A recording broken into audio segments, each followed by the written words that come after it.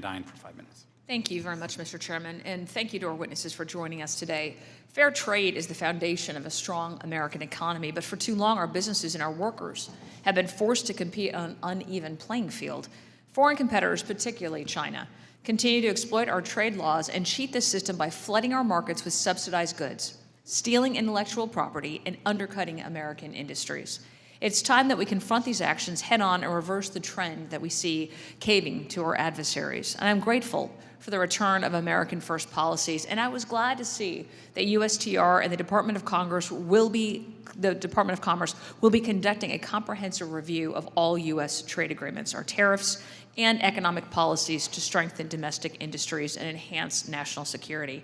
As has already been mentioned today, in response to concerns repeatedly expressed by our constituents, Representative Sewell and I, along with 29 of our colleagues in the House, reintroduced the Leveling the Playing Field 2.0 Act to equip companies and the Department of Commerce with the tools that they need to take on these bad actors.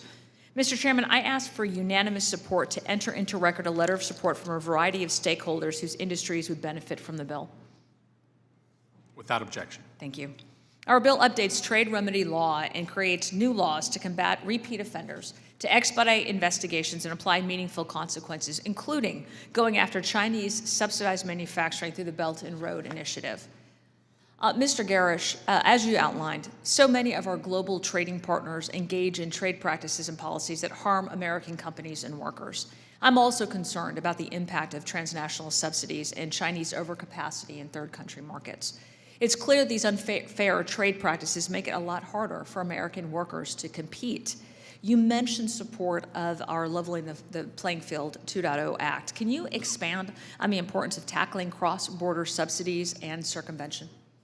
Thank you, Congresswoman, and thank you for your leadership on the Leveling the Playing Field Act 2.0. It is an absolutely crucial piece of legislation, and it addresses many of the issues that our companies are experiencing and the problems that they face in trying to get adequate relief.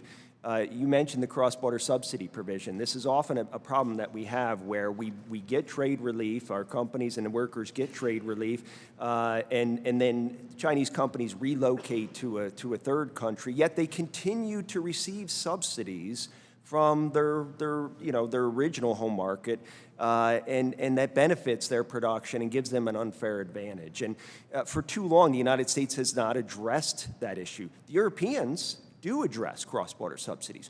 We should not be doing any less. We should be addressing this massive problem. The legislation also addresses this issue, this whack-a-mole issue, where we have to bring successive investigations where companies bounce around and move their operations. It expedites the proceedings and allows the International Trade Commission to consider the prior record from the prior investigation, which is critically important because otherwise our companies are expending too much money, too much resources to try to get trade relief against all the different sources of unfair trade. Right. It addresses the distortions that are resulting from this in costs as well, and addresses circumvention and evasion. It's a critical piece of legislation. Thank you. Thank you very much. And while trade with China has been a concern for President Trump and for members of this committee, trade with Mexico has also been under great scrutiny as well. Ms. Piesch, I'm deeply concerned about Mexico's commitment to upholding the rules of the USMCA framework. When we met with the former president, he told us that the U.S. misunderstood the USMCA as basically an excuse for being able to not uphold the letter of that doctrine. And so I'd like to hear your opinion. Is what is happening with the expropriation of Vulcan's materials property compliant with USMCA rules?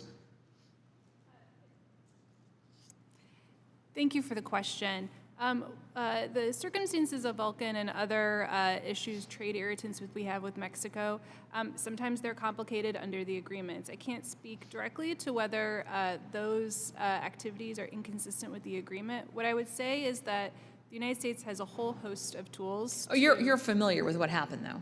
Yes. You had armed guards who came in the middle of the night, busted through their fences, and took over their property, and are basically now kicking them off after they'd spent hundreds of millions of dollars on creating, their port. That's correct. The investment rules in USMCA have, of course, been were renegotiated from NAFTA and actually reduced in the process of those negotiations. So But they don't surely you're cover not the suggesting whole- that our USMCA agreement would have allowed this to happen Again, to I an can't American speak- company. I can't speak directly to that at this time, but there's a whole host of tools under the agreement, including the review that's coming up, where we can address anything that is not squarely covered under the agreement. All right, thank you very much, and I yield back.